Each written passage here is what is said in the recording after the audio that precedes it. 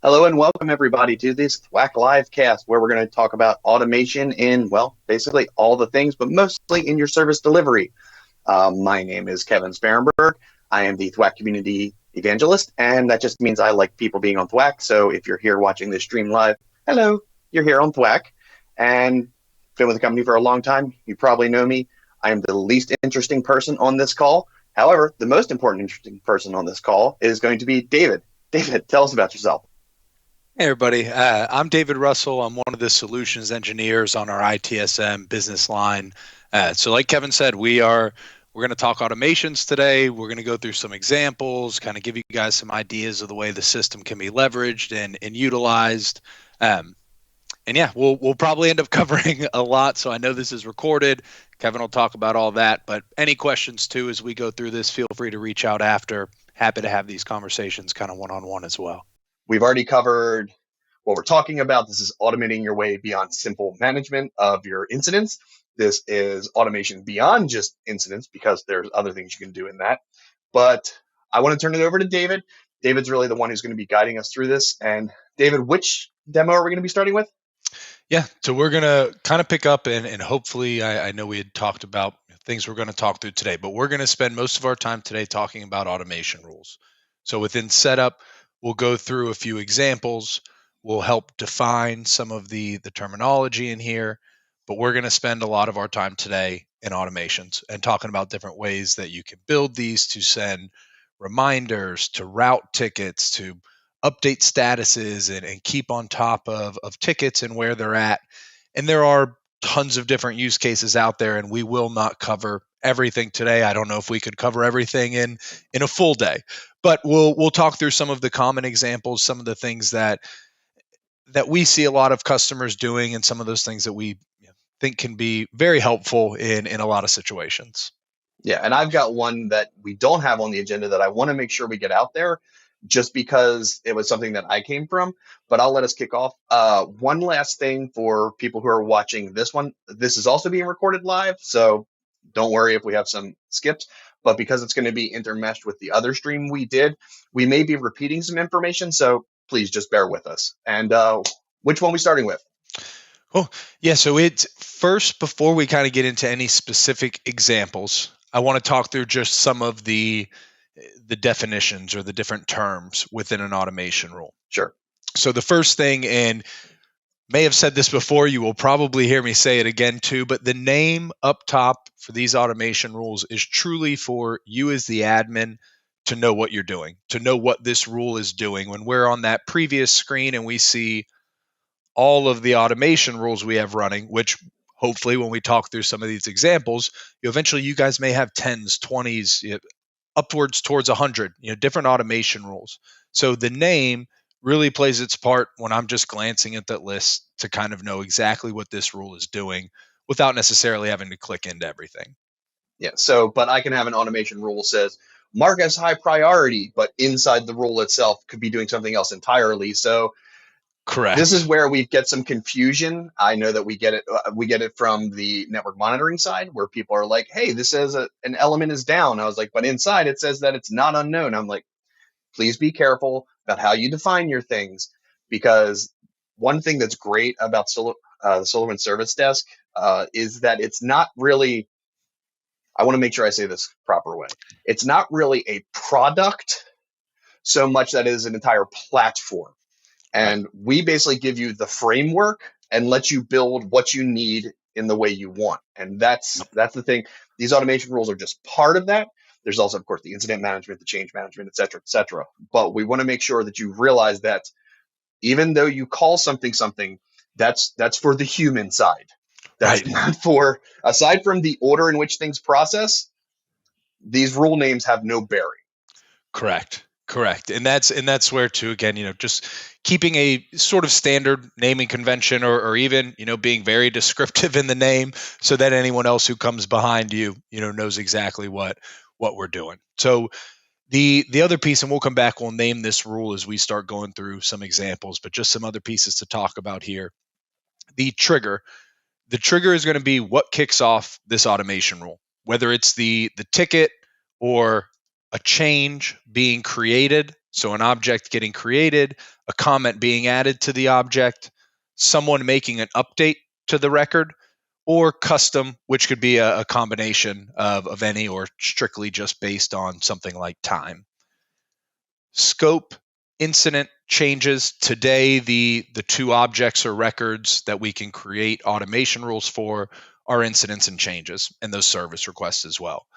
You will see if you're on THWACK and you're looking at the roadmap, we are working on asset automation rules. So there will be a new scope coming for hardwares and computers, and we can even start to build some of these rules around assets, which, yes, I know is very exciting for a lot of folks out there. Incredibly exciting. And if you happen to be watching this in the far future, we're recording this and having this discussion in August of 2022. So these are forthcoming. If you happen to watch this, Yes. I don't know, in January 2024, you'll be like, we've had that for a while. Just They're here. Understand that, yeah, this product, because it is a SaaS solution, we get to do these incremental changes rapid fast, which is probably one of the reasons I love using the solution so much. Yeah, and you'll see on THWACK too, if you guys have suggestions, put them in that feature request. Our team is constantly looking there and trying to figure out, what are some of those other things we can bring into the product. Yeah. And also subscribe to the newsroom. So when we do release these small incremental changes, you will know that, oh, hey, they added asset automation rules, or they added the ability to color code this, or whatever else that came from the feature requests. The product management team is very good about making sure they make these kind of micro bursts. This is now available. This is now available. And normally they'll also include a little snippet on this is how you do it. I was just going to say that. Yeah. We're on the same wavelength here, man. Right. But yeah, everyone too. And this is things, again, I know, like I said, we're not going to get through everything. We've got new things coming for asset automation. So as we're going through this, if you're starting to think of use cases or scenarios that you could potentially see automations being helpful, feel free to reach out to us. We can have these conversations individually as well. The next piece kind of within here, once you define what's going to trigger this rule, where it's going to be applied to, is your conditions. So yes, the trigger is going to be a ticket being created, but when is it going to fire off? We may not want this automation rule to happen on every ticket, and we certainly have very specific examples that we'll want to set up. So that's where these conditions come into play. As we start adding conditions, whether it's multiple different fields or pieces of the ticket that it has to meet, we do have this operator in the top right, so you can set or conditions where it has to meet this, or this, or this, or and conditions where it's going to have to meet every condition that we set to kind of keep it a little more defined and make sure it's only triggering on those tickets that we want it to. Okay. So while we're talking through this example and we're in the object created, the conditions you'll see, and this is another aspect of that trigger that does vary a little bit, but the different fields or options that you even have in conditions. And you can see as I scroll through this list, we have a ton of different custom fields that can be used. So custom fields can impact an automation. Date and times of comments, or when the ticket was actually created or resolved, or where it came from, email versus the portal. We can have rules running strictly on tickets that come in via email. We want to treat those differently than things coming through the portal. So a great example there, if a user goes to the portal in more situations than not, we're going to at least let them define the category and subcategory, or we've predefined, hey, this ticket is this particular category, subcategory. From email, we don't have that luxury out of the box. We don't know what David's going to type in his email. He could say, help. In fact, in most cases, it probably does come through as just help, exclamation point. But my favorite was, can I have someone visit my desk? And I'm like, that's not really, I mean, yes, but I like that idea, especially for things that come through. And I would take what you have and actually flip it even further, like everything that comes from not the portal, because the portal does let you, of course, write your description.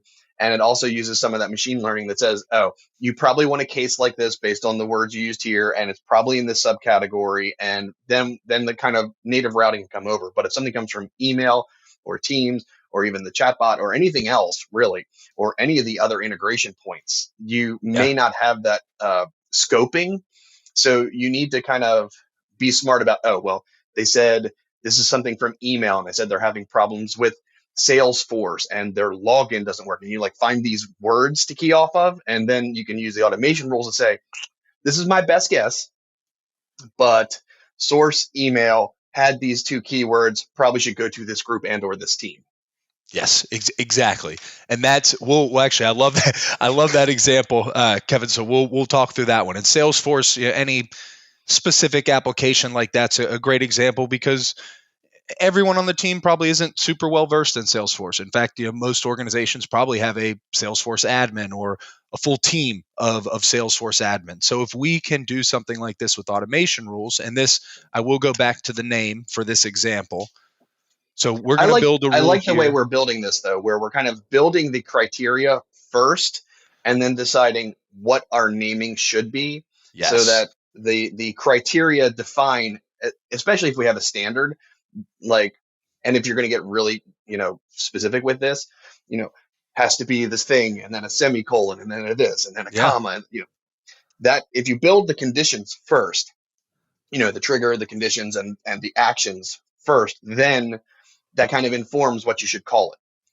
Yep. It's the And way I've done a lot of things. I hate systems, and ours is just as guilty of this as everybody else's. That you have to name it before you can go forward.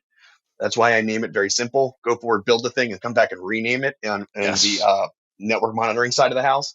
But I like that since this is all on one screen, we can kind of build it all out and say, you know what? It started off as this, and then it matured a little bit this way. So I need to make sure I put that in the name so people understand. Yeah. Yeah. And that's actually a great point, is because those naming conventions, are going to be important when you're just looking through everything. It is very easy to build stuff out and then decide, all right, what do we want to call this? How will the conditions we've defined fit in to that naming convention we've kind of established? So it, again, I know this isn't the best example, but it could even just be something: email tickets, Salesforce keyword. Simple enough, but That, lets me know. but that might be Right. enough to start. I mean, that's the thing that I like about the service desk solution, is that you don't have to build for the complete end of it. You can build for today. And then when you Yes. realize the today rules aren't mature enough, not the right word, but you know what I mean. They're not specific enough to your scenarios. You're like, all right, cool. Well, I need to basically take this rule. I need two copies of it. I need one that's for logins and one that's for performance, making things up. And they both have to have the Salesforce flag. Cool, not a problem. And then once those two are enabled and set up in the way you want it, you just disable the parent, not actually related, but the one you kind of crafted it off of. And then you've Yeah. got your more, and that's how you can mature this, along the lines. And that's kind of the idea behind this, at least in my opinion, is to Oh yeah. automate as much service delivery as you can, even if that's just ticket routing, even if it's just routing. Yep. No, and that's anyone who's talked with me before, or anyone on our customer success team or the ITSM side over here, you probably hear us say continuous improvement or continual service improvement over and over again, because that is exactly what we want to define here. And as we start building these automations, and we'll talk through it in a minute, but one of the examples will be, some reminders or pre-breach SLA warnings.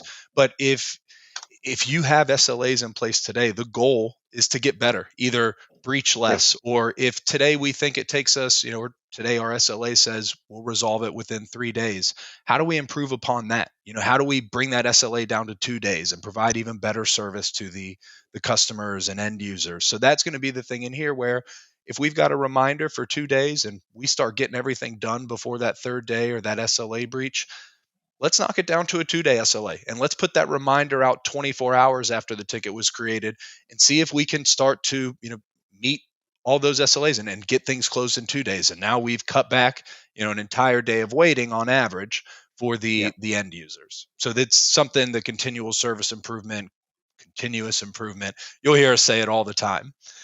Yeah, but that's the goal of everybody, because IT people, your job isn't to fix your network gear. Your job isn't to fix your this. Your job is to make sure services are provided to your end users, regardless of whether they're internal, external, or anything like that. So being able to actually have that information, and like you said, a 3-day to a 2-day SLA doesn't sound super aggressive, but a high priority case normally has a significantly shorter time span. Like if you've got an actual, it's not that, we've got a branch down in the forest. It's that the forest is on fire. That's more of a like absolutely critical, needs to be done in the next 60 minutes thing. And that's great. But if you talk about those kind of more long tail ones where you've got, you know what, this is really low priority. We normally take 3 days. But then you can take that information, put that into one of your dashboards, and maybe actually have two dashboards. Have one that is the like, here's what everything looks like for our 3-day SLA. And if we change it to our 2-day SLA, this is what it will look like. So you can be like, okay, so we need some improvements in this area and not in this area. So when the company says, yes, we'd like to move this way, you say, cool, we're prepped. Let's go ahead and just flip those rules on and make sure the team uses this dashboard so they keep track of it. Yeah, no, that's beautiful, and that is exactly what we'd love to see from everyone. Continuing to improve, continuing to update, and make the app work for you. It is, and we'll talk through all the different ways, but it is truly designed to fit whatever use case or scenarios you guys are running into. So if we go back to our example here, we're talking about tickets coming in from email. If they're coming in from or any of our other sources that aren't the portal here. So I probably would want to redefine that name and include other sources. But the other condition, and there's again tons in here, we could set it for a particular user or a certain category. I guess not a category if it's coming through email, but any of the keywords really is what we'd be looking for here. And like Kevin had mentioned at the beginning, you never kind of know what's coming through those emails. And he had all the different strings, the different possibilities. There is regular expression capabilities within these keyword conditions. So rather than just looking, for Salesforce, and next thing you know, David's sending an email and he puts a space in the middle, or he puts a capital F or lowercase s in Salesforce. We can't control what the user is going to type, but we can start to account for those phrases or for those different options. So even just something simple, we'll add a little bracket, lowercase s, capital S, Salesforce. So it'll pick up either. We could add phrases or strings. We don't have to get deep into regular expression because I know that would take us down a path we don't need to go to today. There is but this is part of that continual improvement. Yes. If one of these slips through, you're like, I forgot to catch for they capitalized the F. Right. Things like that, because, people will, I don't want to say they're mistakes, but people are going to go with natural language as much as possible. And computer programs don't always follow natural language. So being able to kind of error trap for these as the system and as the platform matures for your specific scenario is, and if you have to, I'm not saying this is ideal, but if you had to set this up as 4 different rules to capture capital S and capital F, capital S only, lowercase only, if you had to set up 4 rules, just make sure you put them in a bunch. Now, should you do it in regex? Yeah, it's a little, it's easier to consume one rule. But if you're not a pro at regex, create a couple rules that basically do the same thing and look for near identical keywords, and it'll still do what you're looking for. Yeah, exactly. And so you do options. The one thing I will throw out there, there's a website, regex101.com. Very easy way to just pull in some strings or whatever phrases you're getting from email and just check them against whatever you've set here. My favorite is mine is regex pal. There you go. Okay. Either one. So now, there's plenty out there. Options. Or if you have a developer at your environment, you can just be like, hey, here's my scenario. And they'll literally just like spit it out. And you're like, okay, cool. Copy, paste. Thanks. Quicker than you could probably type in what you're looking for. So here again, we've set it up with and conditions. So it has to either be from a source outside of the portal and contain a keyword of Salesforce. And then we're going to take actions. So whether that's sending a notification just to send an FYI to the Salesforce admin, hey, we got this ticket. Maybe we'll try to work it before it comes to you. Or in most cases, let's get it right to the right user. So we can update a record. We can change the assignee for any email that comes in with the keyword Salesforce to be assigned to either our group for Salesforce, or maybe we have a specific Salesforce admin. I can send this to Ellie, and we can automatically make sure that it goes right into their queue or right into their view and gets assigned. If we need to also set the category subcategory, we could throw this into applications Salesforce. And again, if and there may be other rules in here, by default applications subcategory Salesforce might route to Ellie already. So we could have the category subcategory change, follow those rules, or in this case, we know we want it to go directly to our admin. So we'll send it to him, put it in the right category, subcategory, and then again, any other fields that you may want to adjust or tweak as part of this update, you can add those here. So the automation rules run in sequential order, correct? Correct. So and the only way they stop is if you actually have a stop command. It's like stop processing more rules, right?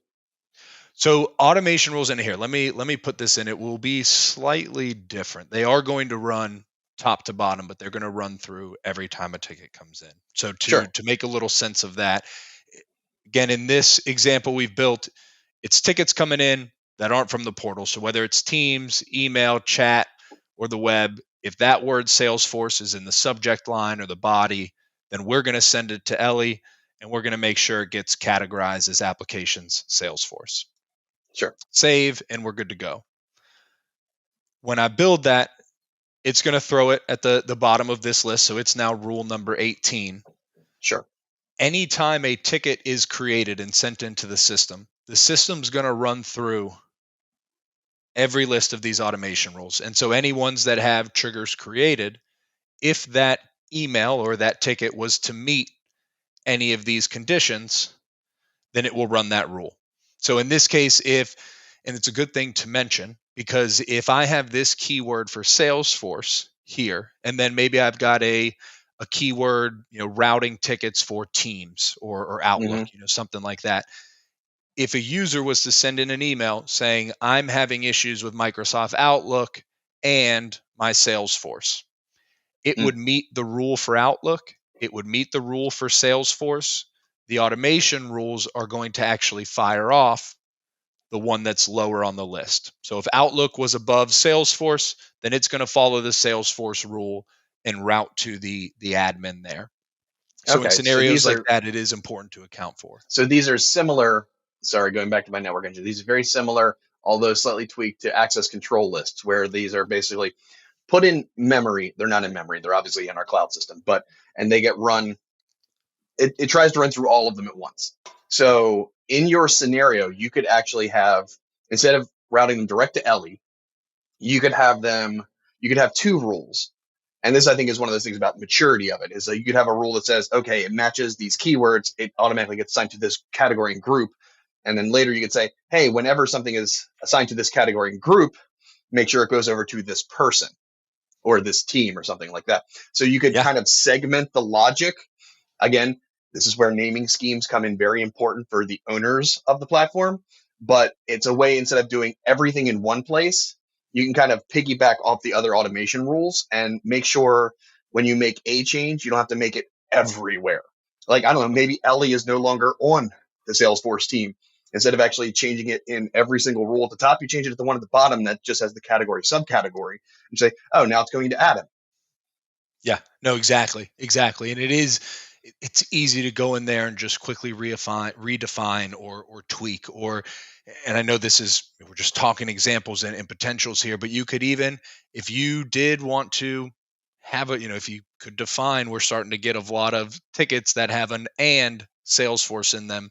One of the actions we could take is create a record. So if we realize, there, and Salesforce Outlook may not be the best equation or the best math there, but if there's any systems that rely on each other, or applications that rely on each other, and we start realizing a lot of people are putting in tickets saying, I'm having issues with my phone and Cisco, or my phone and my mobile phone and Verizon. If you start to notice those things, and this goes back to that continual improvement, but as you see tickets come in, pick up on that. And we could even have, all right, if someone says, I'm having issues with my phone and Cisco, then let's have the ticket get created for this issue, whether it's, and let's build the example so it makes more sense. And we'll keep it simple here in this. Again, you'd want to be a little more specific, but we'll just say any ticket that comes through that says phone. Yeah. And while David's building this out, this is one of those things where we can talk about this continuous improvement. These are small incremental changes we're making here, but the overall value on the backside far exceeds the kind of short-term benefit of, you're automatically putting this into a group, or automatically assigning this to a person, or automatically changing the priority, or sending an email, or any of these kinds of things, because that is work that you would normally have to do. And if it only takes you 60 seconds to do this work from your main incident management window, but you've got 40 of these, that's 40 minutes that you've just gotten chewed up just for basically management of these incidents, not even like working incidents. You've just taken 40 minutes to just move things where they should live. So let's avoid that if at all possible. Now, the chance that something being routed incorrectly, yeah, there's going to be a chance, because we're doing very, very simple keywords. But that's the beauty of the flexibility of this platform. With the regex, the and, or just basically the Boolean logic, things are going to be, going to the wrong place at one time or another. But that's where you come back and do that slight tweak and continuous improvement on this, and make your service delivery that much better in the long run. Yeah, exactly, Kevin. And as I know, I've been clicking around in here, so we'll kind of talk through this too. But one of the other options, and this is kind of what I wanted to show everyone, is you can create records as part of these automation rules too. So if we want, the email comes in, it's going to create the ticket, because phone is the one that probably we could help from the hardware side better than they're from a different team than the Cisco side or the networking side, whatever Sure. it is. We could have the ticket that gets created. We're going to reassign that to the hardware techs. We're going to put it in the hardware category, subcategory of phone. So this goes to the right team. And then because they had that additional language or that additional phrase in the keywords or in the ticket that they submitted, we're going to create another record. And we'll include the title, whatever they had sent in the email, but then we'll just add Cisco issue there, and we can assign it to the appropriate category or subcategory if we need to make sure this goes to the networking team, or the team that handles our Cisco phone systems or our VoIP systems. It can go to network, or it can go to unified communications, or whatever you Right. happen to call. If you call yours voice ops or something like that, you can make sure it goes to the right place. Yep. And so that single email saying I'm having issues with my phone and Cisco or the VoIP system, we're going to get 2 tickets created from that one, and one's going to go to the hardware team to check the phone. The other one's going to go to the networking team, or the other team that can look into the back end. And I love this as a simple replacement, although you should be using service requests for this, but a simple replacement for like new hires. And I say that meaning you got a new hire, you can, and maybe the thing just comes in new hire and their name. And then you can have an incident generated that says, hey, I need this. This goes to the IAM, the identity management people. I need you to create an account for them. And then there's another one that says, hey, I need you to go here and I need you to provision them a machine. And here I need you to build them a phone record. And here I need you to do this. So I still think that should be a service request, but it's just one of the examples you can do, because what do we used to refer to this as ticket splitting and parent-child relationships, and they were always a pain, but the system will let you do this and send those wherever they need to go.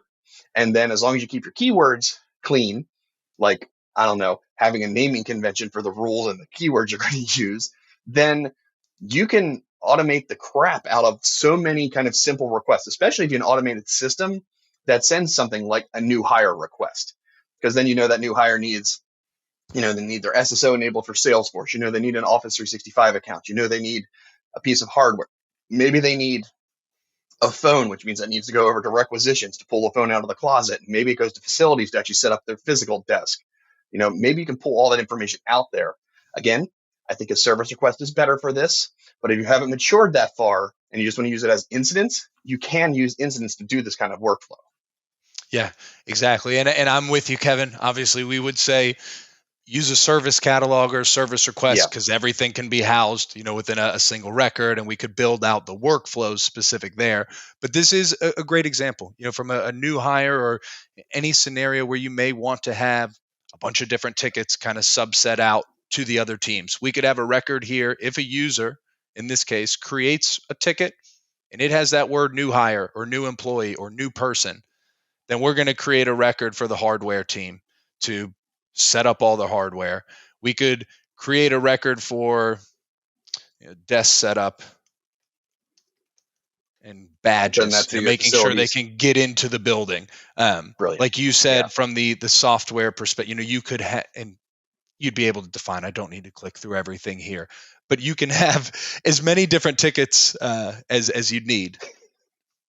Sorry, if we were cut to the demo screen, David's dog just kind of popped up and said hello for a second, so I had to wave.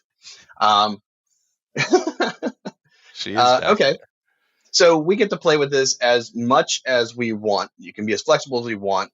And I think I would still make a recommendation. I've heard you say it. I've heard Sean say it, is do these small incremental changes, make them tiny to start. And then as they mature, not the greatest word, but as your workability with these things mature, then tweak them as needed. Because the ultimate goal is to get the incident into the hands of the person that can actually resolve it as quickly as possible. Yes. Yeah. Which leads to an interesting scenario. Suppose you don't have a 24-hour support desk. Like I call in 11 p.m. local time and everyone's gone home, but I've got this thing. Like, where's that go? Yeah. No, I love that. And that's a great example. After hours request. Tickets come in from someone at 11 o'clock at night. One, they shouldn't expect us. Hopefully, they don't expect us to get back to them immediately. Fingers crossed. But there's some ways we can use the system to let them know. Maybe route it to the team we have across or overseas. That may still be online. Oh, if you have follow the clock support, yeah, right. Or so follow the sun, yeah. Just depending on the scenario. But the idea with these after hours requests, and we'd use a custom trigger here because we don't necessarily care, if a comment was added or an updated. This one is going to be based kind of off time itself. Mm-hmm. So what we can do, and actually not a time-based condition, we just want to say, oh, come back with me here. Now I'm thinking about it. It's not a custom trigger. It is a ticket getting created after hours, outside of business hours. So we will go through a reminder where we use a custom or an automation where we use a custom trigger to send reminders and stuff. That'll be the next one we go through. But in this case, for these after hours, tickets coming in outside of our business hours or at times that we don't have anyone online. So one of the conditions here for those triggers being created is the creation time, or the last update, or the assignment time. In this case, we'd be looking at created. Mm-hmm. The operator, we can go within, not within, after, before. In this case, if it comes in outside, not within business hours, it's at the very bottom of the list. And this is something I've heard from customers when you're looking for these examples. Business hours is at the very bottom of the values list as you're building these. Because it's sorted alphanumerically. Yes. That has a letter and everything else has a time. Granted, I understand it from my computer mindset. I don't have to love it. Yeah, fair. And you don't, but it is good to know it's back there, mm-hmm. and you will be able to find it. Just may take a little scrolling. Yeah. So if you get frustrated and you're like, I don't want to put 9 to 5 over and over again. Well, you don't have to. Just keep scrolling. Yep, exactly. And so here, and this is where I went back up. I'm editing that name a little bit because the next step is we define, do we want this rule to take effect for every site, or is this just for our North Carolina location, or maybe it is? And we'll use the example here. Where that is a really good example because there's a lot of help desks that have small contingents around the globe, so they can, even if they can't provide 24/7, 365 support, they can kind of get close. So if it's this time and it would go to, okay, yeah, I see that. This is actually a really clever way to do this. So that's where, and I'll in this case, we've got a team overseas, a couple hours ahead, a couple hours behind. Then if a ticket comes in outside of business hours from someone in North Carolina, we could send that ticket over to the engineering team that's in a different region or at a different location. So you can set up, or you could even create a group called After Hours Group. Maybe the support team, while I know they probably don't like it, there is someone on call, 24/7. I may not be at my desk, but if something comes in, and this, again, we could get really specific in here and say only if it's a high priority, or only if it's a certain user. So a regular user puts in a request after hours. Maybe they just get a notification saying, thanks, user. Oh, But oh this God, ticket is after hours. We'll get I back didn't to even you in think the of that morning. scenario. Yeah. That is a So great little thing. It's like, if this is critical, please reply with blah, blah, blah. If not, it will be addressed at da, da, da, da, and then have another keyword to check on that. yes. Oh, okay. Yep. That is a clever way to do this Yeah. And because, it's, yeah. I like that. Sorry. I didn't mean to derail. I was just going to tell you, I'm excited about that one. I'm getting more excited as you're talking, so I just jump right in. Because what we could even not for everyone, but every organization does have some of those VIPs. Oh, thank God you were going to discuss Yeah. that. There were the people that, regardless of what time they called, what they did, you woke everyone up. And Yes. occasionally it was a C-suite. In one of my previous lives, it was an office manager from a small office who was just incredibly vocal. And if Google reviews were a thing, then IT would get the absolute worst ones from this person because it seemed we never helped this office manager, no matter what we tried to do. Yeah. No, that's exactly what we'd be able to help here is before they can get vocal. We could even, and in that specific scenario, like I'm using a group here. So you could like set up a group of users that are VIP, or in those cases where it is a unique individual. Let's see, I've got. All right. For me, you keep doing this, but I want to ask you a theoretical question. In the background, will anyone ever see that they are a VIP user? Because I would also probably categorize these people as screamers. And if I could use the term screamers, people in my IT org would understand what I'm talking about. And if they never see it on the front side, then I may just call it screamers. Just saying. Yeah. So you could define I'm being a group. facetious, but it's actually true. You've been in those organizations. That's the kind of thing. Yeah. So in theory, you could create that group. The user's not going to see that they belong to now. I would be hesitant there. Make sure it's the end users. If you start creating a group of screamers that are technicians and they're able to see, hey, who put me in this group? Yeah. But yes, certainly. You're only in there for testing. Yeah, there you go. That's when you got to start coming up with excuses or creative ways to get out. But here, even something like this, all right, if a ticket comes in after hours from Rusty, then we automatically reassign it or set or maybe just send Rusty a notification saying, hey, we'll get right back to you. Or if he is that VIP, rather than assigning it and sending these notifications back to him, we'll start notifying everybody. Everyone who could be supporting Rusty. Right. So no matter what, if it comes from Rusty, we are going to make sure it gets escalated and that these notifications are going out to as many groups or as many people as we need. And you could even have I shouldn't say no limit, but I have yet to add enough actions to ever hit a limit. But you could have different notifications going out to different teams, to different people. Specific email for David saying Rusty just put in a ticket, you need to wake up. And then just to like the whole group saying, hey, we got a critical ticket. Another group, so just blast them, see who can come back, because the idea there again is somebody hopefully sees this and we can get this issue fixed, because even though it's after hours, this Rusty's user is a VIP. Right. That's a really good scenario. So where can people find you? I know you're on THWACK fairly often. Where can we get some more information? Yeah, THWACK, my email address, I don't know if my THWACK ties to my email, but it does. It's then you can reach me on THWACK. We've also got customer success teams. If you guys, it's customer success at SolarWinds.com. You can always reach out to them or your account manager. If you guys are already in the system, reach out to your account manager or your dedicated CSM.